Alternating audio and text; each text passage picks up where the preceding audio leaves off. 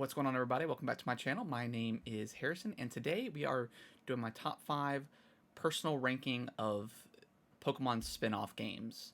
And kind of in celebration of the new Pokemon Snap that was released on Friday, I kind of wanted to look back at all the Pokemon games, their spin-off versions that happened, and rank them. So without further ado, let's get started. At number 5 is the Pokemon Let's Go Eevee and Pikachu. This is the only remake I have on this list, but I consider it more of a spin-off, as I think there could be potentially future releases in this series. I consider this title more than a remake or remaster because there are significant changes than the original Red, Blue, and Yellow release, and their Fire Red and Leaf Green remaster counterparts. Being able to see the Pokemon walk through their natural habitats and throughout the Kanto region is a pretty amazing for the first time. It gives that feeling of the world you always wanted as a kid growing up playing these games. It also has a refresh of perspective as it gives a nice 3D depth to the world.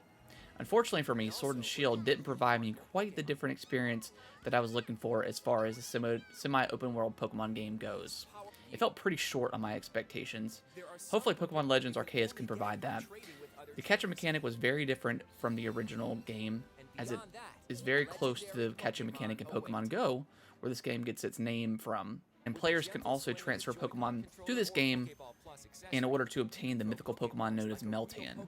Pokemon Let's Go is a worthy spin-off franchise that I would love to see continue, and it's great and beautiful revisit to the Kanto region. At number 4 is Pokémon Snap, which this video is in celebration of a new Pokemon Snap. This was one of the first spin-off games from the Pokemon franchise, and is definitely one of the most fondly remembered titles in the franchise.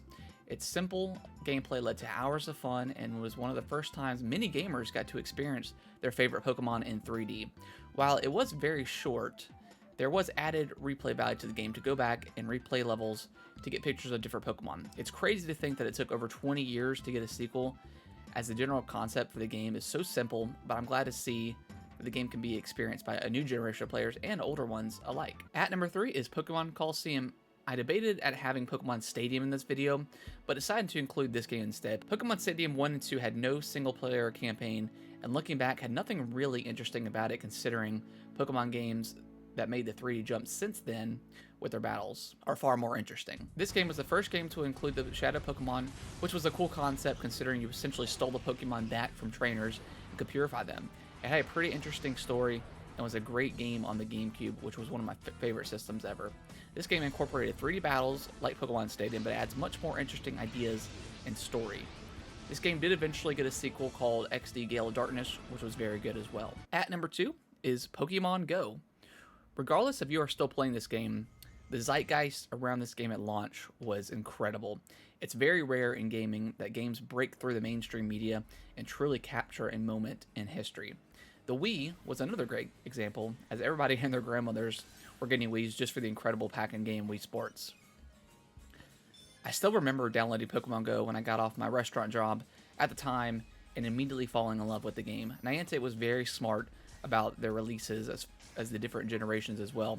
To start off with the original 151, it captured that nostalgic feeling of playing the original games for the first time. I personally knew plenty of people who weren't gamers that played this game for a long time.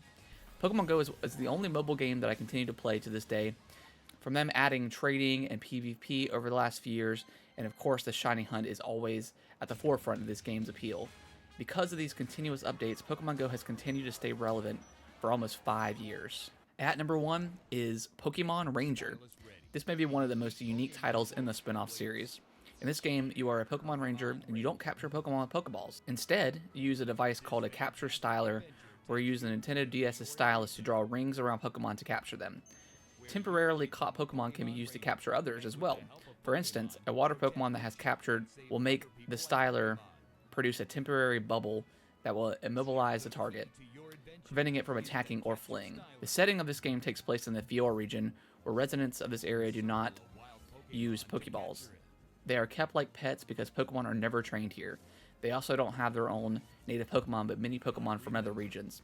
This game would go on to produce 2 more sequels, and I hope they put those games on the Switch, as it would work perfectly for the touchscreen. Alright guys, and that was my top 5 list. I hope you guys enjoyed that as much as I did making it.